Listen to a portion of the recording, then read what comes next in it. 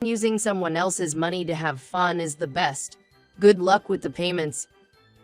After enduring my husband's reckless behavior for so long, the divorce was finally settled. However, it seemed he had committed crimes far more serious than I had been aware of. Since the beginning of our marriage, he has been selfish in all his actions. I regretted marrying such a man, but now it was too late to lament my past decisions. The additional crimes spouted by my irresponsible husband were too much. Indeed, they were more than I could handle. That's precisely why he needs to experience the full extent of pain.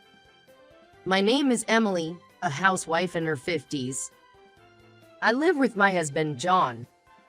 My father is an executive at a large company, and John was working in the same company to succeed my father. To be honest, my father is still hesitant about whether to officially make John his successor. The reason for his hesitation is John's character. John, look at this. This happened because you left tissue paper in your pocket when you put your clothes in the laundry. In my hand were the trousers John often wore. However, they were now covered with white lint. The clothes were in this state because John had left used tissue paper in his pocket, which had spread to all the other clothes in the wash. What are you going to do about this? My favorite clothes were in that wash too. I've told you before to be careful about this, haven't I? This wasn't the first or second time John had done something like this. It wasn't frequent, but he tended to repeat the same mistake after being cautioned about it. Each time John messed up, I nagged him about it. At first, John would apologize, saying, "Sorry about that." But as it happened more and more, he started to grumble, "You don't need to say that much," and became less willing to listen to me. On this topic again, cut me some slack, I'm tired too. Isn't it part of a wife's role to cover the husband's mistakes? John said it as if it was my fault. But no matter how you look at it, it's absurd to blame me. Irritated by John's attitude, I retorted, "How is it okay to blame others? If you had just checked properly before doing the laundry, this wouldn't have happened, would it? I think the fault lies with you, John, for not correcting this despite being told multiple times." But then John, perhaps not wanting to hear any more, started ignoring me, focusing on his smartphone screen without any response. When the conversation turns inconvenient for him, John suddenly starts ignoring me, acting as if he isn't listening at all. This kind of treatment has become all too common since we got married, and I was painfully aware that it was pointless to continue the conversation. I let out a big sigh, and then he snapped, "Stop sighing. You're polluting the air in the house." His harsh words only made me feel worse.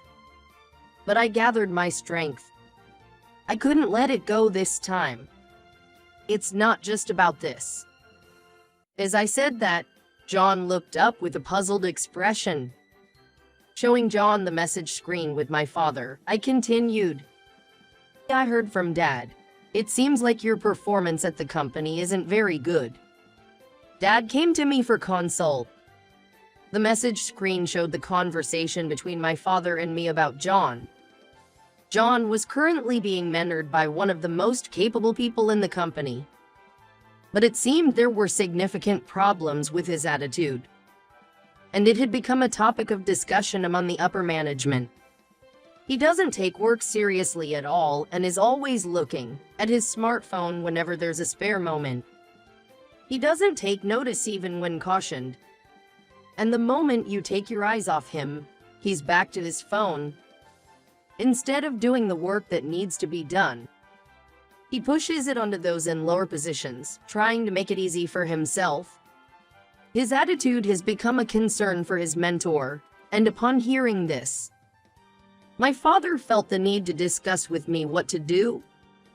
My father is quite an accomplished individual in his work, and it must be really something significant for him to be troubled by it.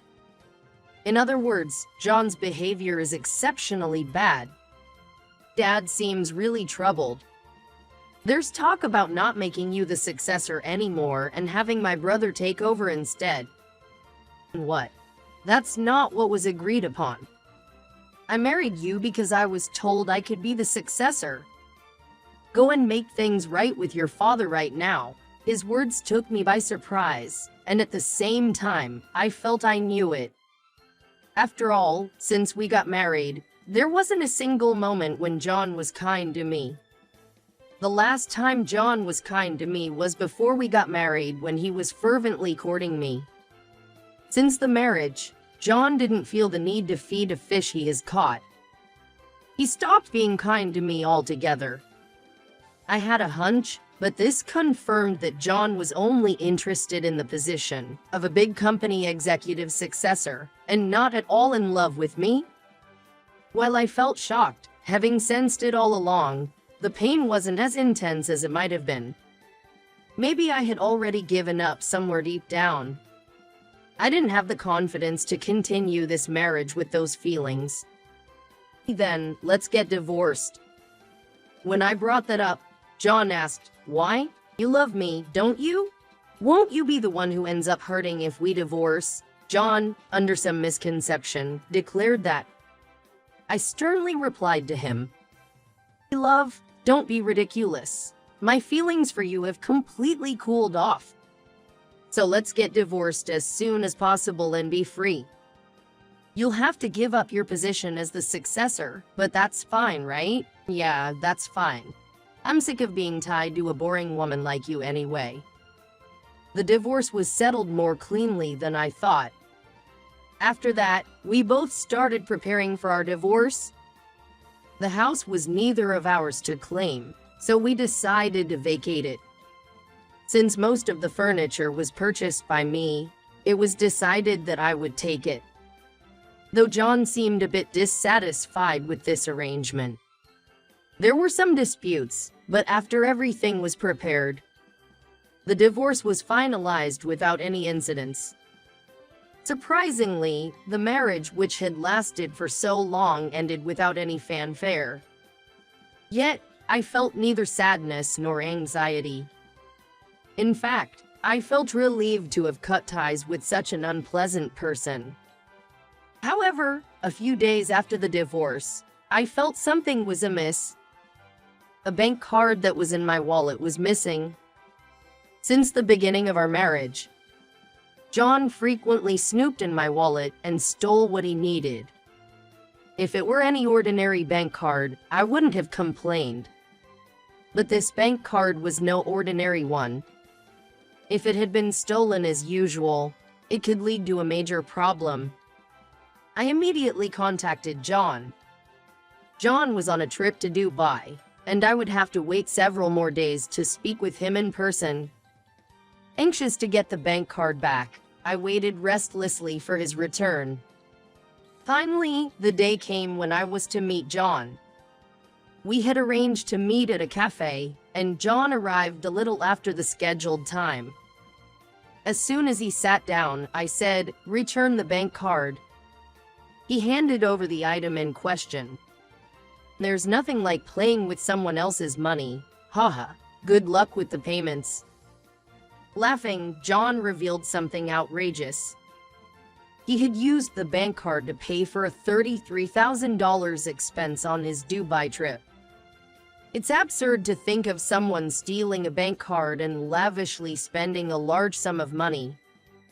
I must impose a thorough punishment on John for his repeated atrocious behavior. With that determination in my heart, I spoke. But the card is in my wallet." When I said that, John looked confused and began to mock me with a laugh. "Have you gone mad? The card you were just handed by me is your bank card, right? Have you finally lost your mind? Haha." But John was unaware of something very important. A crucial fact that could corner him completely in his life. Indeed, that card was in my wallet, but it's not mine. As I said that, John exclaimed in confusion, "What? Yes, The card John had stolen and used freely was not mine. Why then was a card that wasn't mine in my wallet? There was a certain reason for this. Previously, my father Mike had come to visit our house, and he left behind his organizer, which contained his cards, at my place. Fortunately, the cards left behind were not used frequently, so there was no need for him to rush to retrieve them amidst his busy work schedule. And it was decided that I would hold onto them for a while. But leaving a bank card in a place where John could easily see it would be far too careless. With that thought, I had placed my father's bank card in my wallet. But John mistook it for mine, stole it, and spent $33,000. Of course, I contacted my father as soon as I realized his bank card was missing and reported the details of the incident. However, my father said, "I'll handle it on my end, you don't need to do anything," suggesting he had a plan, so I decided to just accept that and wait. Upon hearing my words, John's face turned pale. John had intended only to ensnare me. However, his plan did not work out, and instead, it was tightening the noose around his own neck. While John could act tough towards me, he couldn't maintain such an attitude in front of my father. My father, Mike, was an overwhelmingly superior presence, and John was not foolish enough to disrespect him. If he had treated me with even a shred of decency, this never would have happened. But regret is useless now. It's too late. Sorry, but you should prepare yourself. That's coming over soon. As I say that, John hastily begins to gather his things. It seems he is planning to run away. I felt it was really cunning of him to try and escape. Tucking his tail between his legs like this when it's time to face the consequences, he seated himself. I've always despised this about John. He sowed these seeds, and it's his fault things have come to this. Yet the moment he senses he's about to be blamed and everything is about to fall apart, he runs away, trying to turn a blind eye to his guilt. That's not right. Face up to what you've done. Understand the terrible thing you've committed. Running away is not what adults do. As I say that, John turns red with anger and shouts at me. Enough already. How much do you want to push me down? Marrying you was a mistake? Don't act so smug after wasting someone's time. With those words, John started to blame me. Blaming me is completely misplaced. No matter how much pressure he is under and how little room there is in his heart, all of this is a result of John's own actions. I have done nothing wrong. It's all John's fault. Yet, he speaks as if I'm the one to blame, pushing his own faults aside, acting as if he's completely innocent. I can't help but let out a deep sigh. Why did I ever marry a man like this? Ever since marrying John and being subjected to his dreadful behavior, I've regretted it over and over, and those regrets are flooding back to me now. If I hadn't married someone like John, surely I could have had a better life. There surely would have been someone kinder, someone who would really see me for who I am.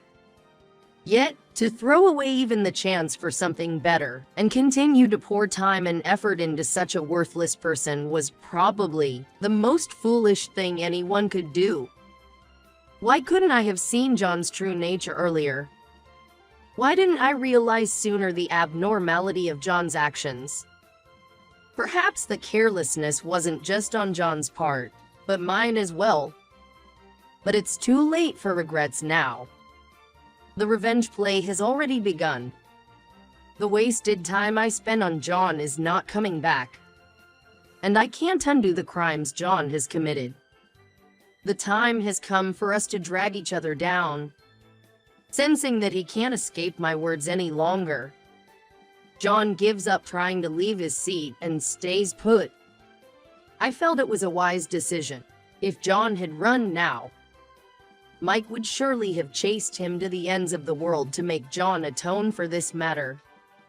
If that were to happen, John would suffer, and honestly, I can't imagine him making full amends for his actions.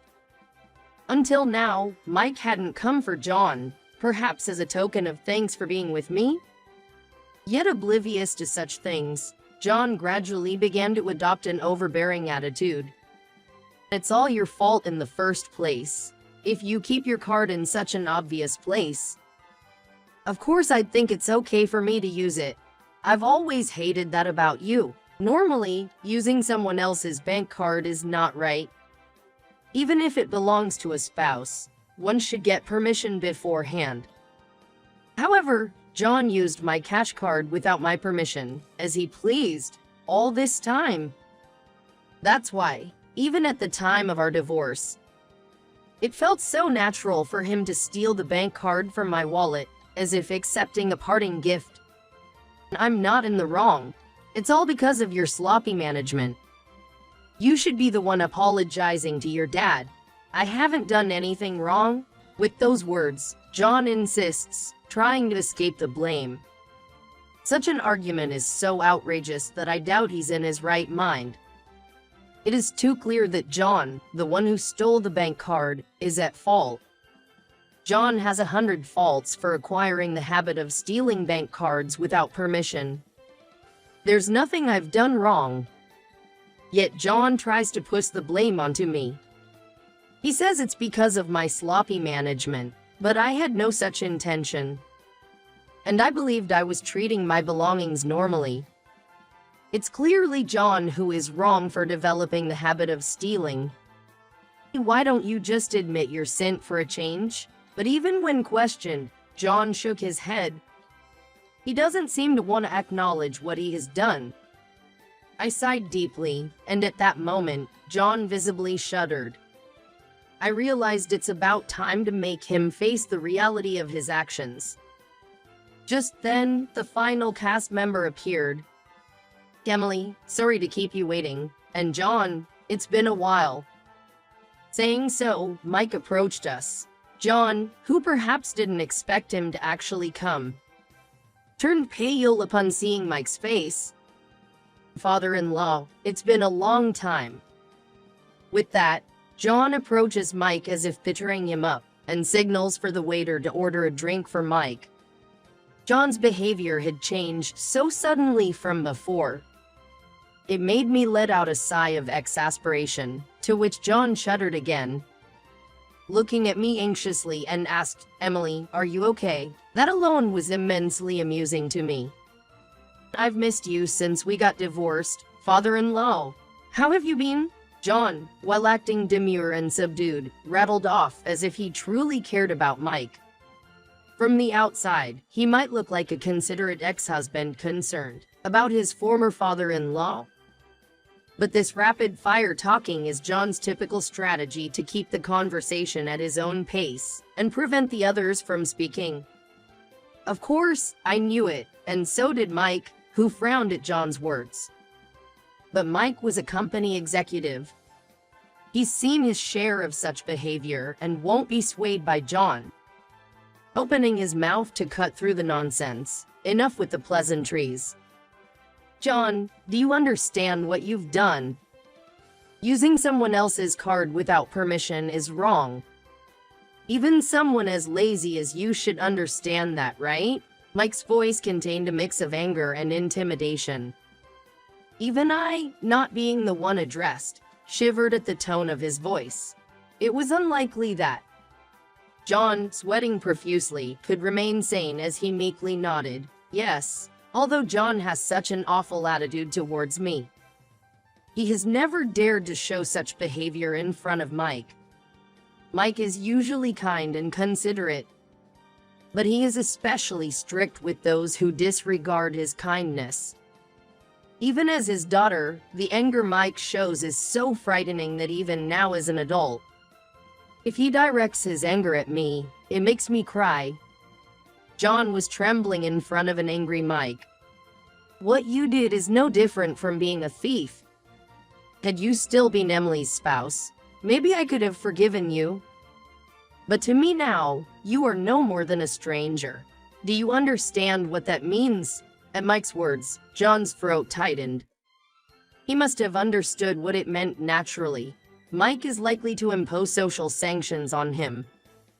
I heard that he has already consulted a lawyer, and John may have to repay the used-up $33,000. I hear John has been kicked out of Mike's company and is currently job hunting. There's no way John could pay such a large sum. If Mike doesn't forgive him here, John might end up in a debt hell. He has no future, especially since his job hunting isn't going well.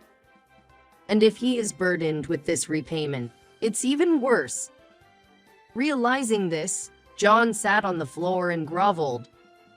"I'm really sorry. I didn't mean for this to happen. I thought that card belonged to Emily, so if it belonged to my daughter, you thought it was okay to use it. Do you think such an excuse is acceptable? No. What I did was truly despicable. I'm really sorry. I'll be careful from now on. Please forgive me. I'll do anything, please?" John was begging in tears. Mike looked at me with concern and asked, "What should we do?" With a cheerful smile, I responded, "I have no intention of forgiving such a lukewarm attitude. Let's show him the depths of hell." Despite John pleading desperately, "Please, I beg you," it was already too late. The gravity of what John had done, and above all, his attitude during our marriage, was something I just couldn't forgive. This was my modest revenge. Good luck. With those words, Mike and I left the cafe. John just sat there, looking utterly despairing about the future. Then, Mike had a lawyer proceed with the process of having John repay the embezzled $33,000. We managed to bill John successfully, but he kept pleading for forgiveness until the end. However, if it went to court, John's guilt would be clear. Realizing this, John created the money by incurring a significant debt, as Mike insisted, and paid the full $33,000 all in one pay. Now, we don't know where John is. Some friends say he's gone missing. I had my suspicions, but since it wasn't my problem anymore, I decided not to care. Now, I live with Dad. Although I caused him a lot of trouble, when I apologized, he said, "It's okay because you're my beloved daughter," and accepted everything. He is now over 80, and doesn't have much time left to live. That's why, as his daughter, I want to do my best to ensure he lives a life without regrets.